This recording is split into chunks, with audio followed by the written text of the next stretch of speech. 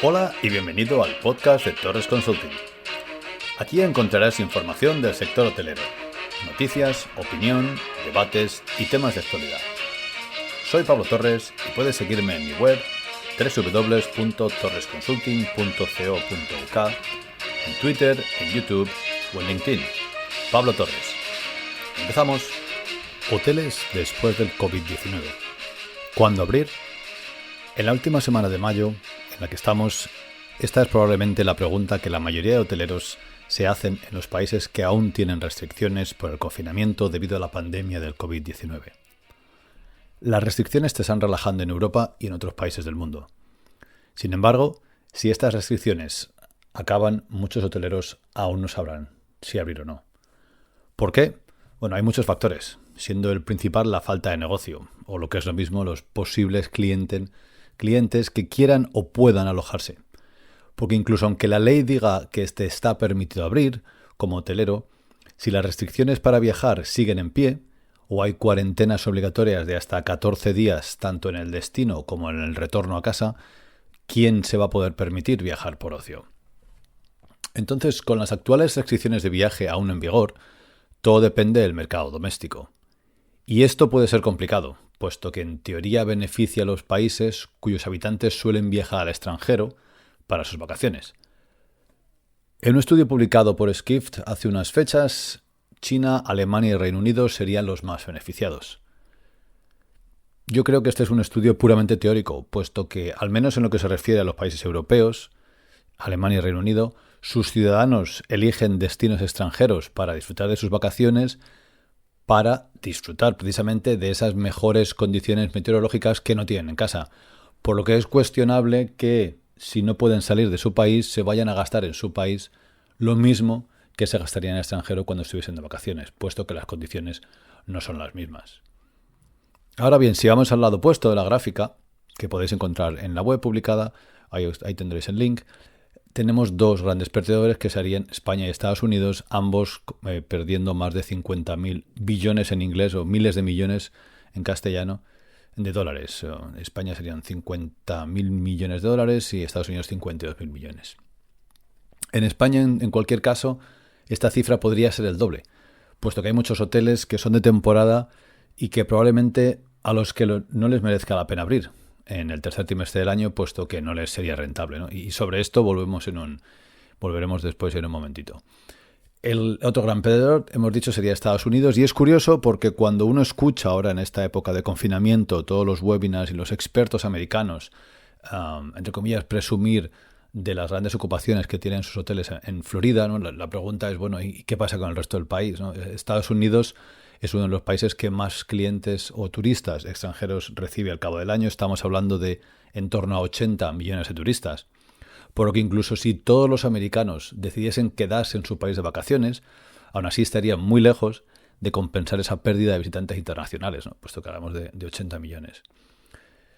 Entonces, ¿merece la pena abrir? Sí, no. Bueno, pues para los hoteles vacacionales del arco mediterráneo, ¿no? Estamos hablando desde España hasta Turquía, que tienden a abrir más o menos los vacacionales de temporada entre Semana Santa y final de septiembre o octubre, el final de las restricciones evidentemente no puede llegar lo suficientemente pronto, ¿no?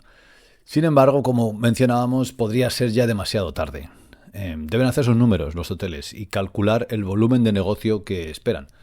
Y eso es algo que ahora mismo representa un gran reto, puesto que no se puede hacer forecast, no hay datos on the books y no hay tendencias de los últimos meses, pues los hoteles están vacíos y cerrados. Y tampoco hay nada con lo que comparar. Esta crisis no se puede comparar a ninguna otra porque las razones de la crisis son diferentes, no son económicas, son simplemente sanitarias.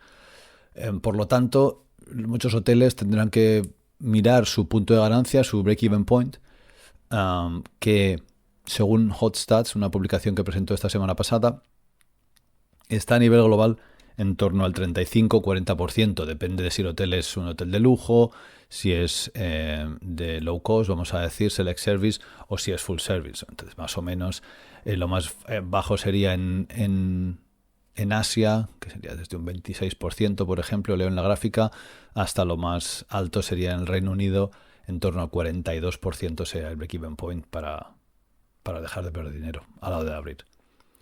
Entonces, ¿cuándo alcanzarán los hoteles ese punto? Y la respuesta apunta siempre a la misma dirección, que son las aerolíneas, ¿no? Solo cuando las aerolíneas puedan volver a operar tendrá sentido abrir para los hoteles en la mayoría de los mercados. La cuestión es que las aerolíneas tienen el mismo problema en relación al fin de las restricciones y volver a operar. Y su reto es que el break-even point de la mayoría de ellas es mucho mayor que el de los hoteles. Y el de los hoteles comentábamos que está entre el 35 y 42%, en las aerolíneas está por encima del 60% en muchos casos. Por lo que de momento planean volver a operar de manera escalonada. Según STR, mostrando datos de lo que esperan en cuanto a operación abrir las aerolíneas en Europa, estamos hablando que Lufthansa y Air France empezarán con un torno a un 20% de las operaciones a partir de julio, el tercer trimestre del año. IAG, Iberia British Airways, sería un torno a 45%. Y Ryanair, que sería la que comenzaría con las operaciones más altas, estaría en torno al 50%. Por lo que habría que esperar hasta el año que viene, 2021, para alcanzar niveles de operaciones de antes del COVID. Entonces, asumiendo que todos esos vuelos, que estamos hablando entre un 20, un 40, 45%, operasen a capacidad total, aún así, haciendo una media, esto representaría una caída de en torno a 60-70% del volumen de pasajeros en la segunda mitad del año, que es muy justo en realidad, el mínimo necesario para muchos hoteles para llegar a ese break-even point y decidir si operar o no. Entonces, volviendo a los hoteles, hay básicamente tres puntos de decisión a tomar. Reabrir cuando las leyes lo permitan, reabrir cuando tenga sentido económicamente, es decir, cuando crea que voy a perder menos dinero abierto que cerrado, o abrir solo cuando calcule que estoy llegando a ese break-even point. La pasada semana hice una encuesta en LinkedIn que ha sacado esta nueva herramienta, disponible desde mediados de mayo. No es representativa, es un número de votos pequeño, pero la gente que votó, la mayoría de las personas votaron por las dos primeras opciones, o bien por abrir cuanto antes, o bien por abrir cuando crea que voy a perder menos dinero abriendo que estando cerrado. Al fin y al cabo, todo es un poco el cuento del huevo y la gallina. Hoteleros, inversores, dueños, están todos mirándose unos a otros, preguntándose, viendo qué se hace en otros mercados, aunque no creo que sea lógico compararse con China. El mercado doméstico allí es brutal y no se puede comparar con Europa, con mercados cerrados y con los países aplicando diferentes normativas. Pero es verdad que es algo que es temporal. Los inversores están dispuestos a seguir invirtiendo en el sector y será cuestión de meses, más largo probablemente de lo que se esperaba en principio, pero esto debería solucionarse antes de acabar el año 2020 y 2021, volver un poco a la normalidad, llamada nueva normalidad.